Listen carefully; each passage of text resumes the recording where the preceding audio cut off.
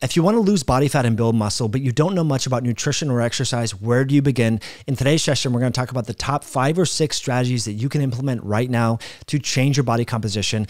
And this was inspired by a recently published comment by Abby Hawkins over on Instagram. She says, Mike, where do you suggest people who know nothing about diet or exercise even start?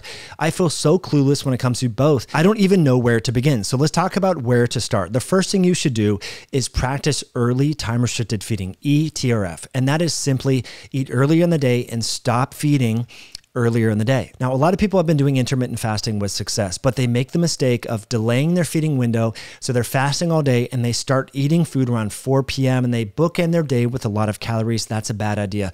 Numerous studies actually show that eating close to bedtime not only disrupts sleep, but increases body fat around the abdomen, particularly in women.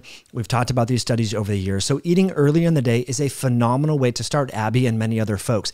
Now, even if you don't change your diet, you can lose some fat around the middle and decrease your waist circumference. We're also going to talk about whether or not you should eat paleo or carnivore and the importance of prioritizing protein. But today's video is brought to you by Bond Charge, the makers of one of the lowest EMF at-home sauna blankets. This blanket is phenomenal, my friends. We're going to talk about sauna and heat therapy very soon as it relates to body composition. But the Bond Charge sauna blanket is so easy to use. It gets up to 170 degrees. You can use this in your condo, your apartment complex. You can bring it to your grandma's house, or if you're on vacation, it fits into a small bag.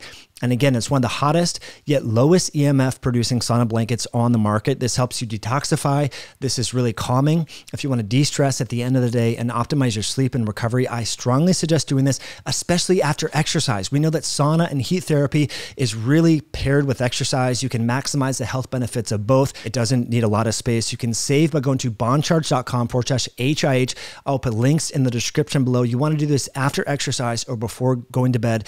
It really enhances your sleep and stress response. It's a phenomenal product. So going back to protein and which diet you should consider. So this is why I'm a huge fan of going either on a paleo diet or a carnivore diet. Now, keto is kind of in the middle. And admittedly, I had a lot of pushback and resistance to the whole carnivore diet push. But honestly, in the last 5 years, I mean, this is what I've been eating primarily, is mostly a carnivore diet. I do have meat with fermented vegetables and olives. I have fruit. Sometimes I have soaked and sprouted grains, like I have rice that's soaking right now. I have mushrooms.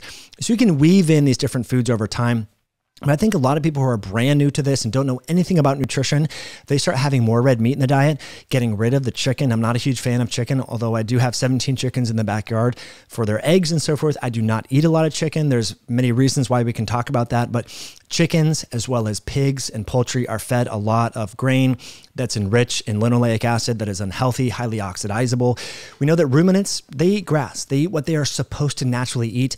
And also we know that red meat from ruminants has a lot of micronutrients that are health promoting, like carnitine, like creatine, like taurine, like beta-alanine, carnosine, all these nutrients that help support muscle protein synthesis and help to prevent the muscle loss when you start restricting calories in your diet.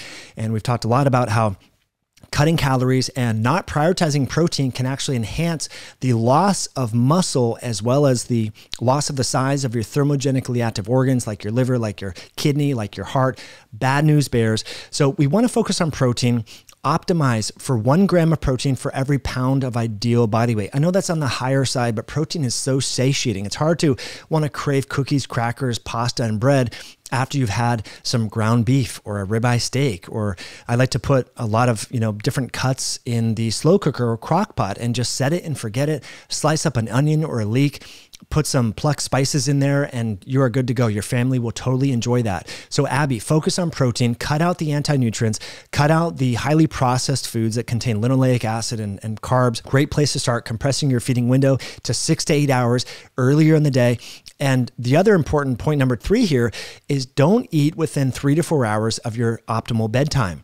So eat dinner earlier in the day. A lot of people skip breakfast and have this monster dinner. I lean towards, having a big breakfast and skipping dinner if you're gonna do one or the other. So that's really important. We know that getting 10,000 to 12,000 steps per day is kind of the bare minimum for keeping the fat off, and try to walk after you eat and try to walk before you eat. So let's say you are not really hungry for breakfast, but if you go out and get 3,500 steps in, you listen to a podcast or an audiobook, you will be hungry to eat after that. So that's important to acknowledge. and especially walking after meals. It helps to blunt the post-meal insulin response, helps to preferentially oxidize fats and decrease glucose, which is really important. Resistance training. We've talked a lot about this over the past several months. We have various videos that I can link in the description below about how to build muscle over 40. Focus on resistance training to failure, lower rep ranges, 6 to 8 reps, really go into failure. Not doing a lot of high repetitions and bands and that sort of thing is really effective. Trying to hit every major muscle 3 to 4 days per week, and focus on compound movements that move 2 or more joints at a time. So an isolated arm curl is just one joint, just your elbow. In contrast to a chest press, a military press, a row, a pull-up, you're moving your shoulder, you're moving your all sorts of different muscles, which is great here. And last but not least, let's talk about bedtime as well as heat and cold therapy. Going to bed and waking up at the same time every day is great for circadian rhythm health and making sure you're getting morning sunlight. I know this sounds like it's not really talked about in weight loss books and all this, but it's actually very effective, because if you get sunlight in the morning and darkness at night, it optimizes your body's circadian clock system, which helps with gut hormones, which helps with digestion, which helps with metabolism as well. Really important to get off screens before bed, read a book, do some breath work, do some meditation. And last but not least, let's focus on heat and cold therapy. We already talked about the importance of pairing exercise with heat therapy or sauna therapy, but also cold therapy, activating or awakening this brown adipose tissue, is another phenomenal way to help accelerate the fat loss process and help to restore or reinvigorate this dormant adipose tissue known as brown adipose tissue. So taking a cold shower in the morning, finding some friends to go jump in an ocean, lake, river, or stream on the weekends. It's a great social endeavor. It's good for your mental health. It's good for cutting stress. And it turns out it might be good for activating the dormant brown adipose tissue, which is really health promoting when it comes to metabolic health. So really simple strategies: cutting out processed foods, focusing on protein, eating earlier in the day, not eating before bed. These are phenomenal ways to start. Now, if you're going out to dinner, you're going to a friend's house, just cut out the bread. If you're going to go out and have a cheeseburger, let's say, with your friends, take the bun off. This is really simple stuff. Don't have the French fries. Don't buy those convenience foods. If they're in your home, Abby, or anyone else, you're going to eat them. So just omit those entirely from your diet.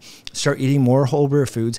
If you're worried about your microbiome on a carnivorous style diet or a keto diet, add some fermented foods into it. Buy some kimchi, start making it yourself. These things are $7 to $9. They're not a big deal. You can restore or help to maintain the health and diversity of your microbiome. You can also add mushrooms. I'm a huge fan of fruit and olives. I mean, these are the staples in our household. This is how my daughter eats. This is how my girlfriend eats. This is how I eat. And we are very lean, healthy, don't have all these seasonal changes in body composition. I'll be 41 very soon.